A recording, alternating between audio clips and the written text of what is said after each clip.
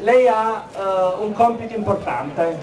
Lei prima ha detto che è venuto qui, ha sentito a casa sua, ha già mangiato, ha già gustato.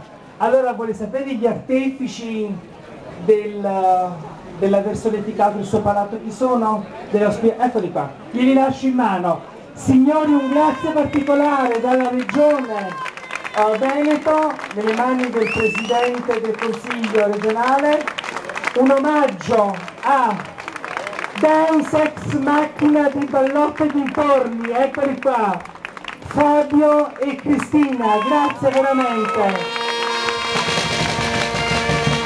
Credo che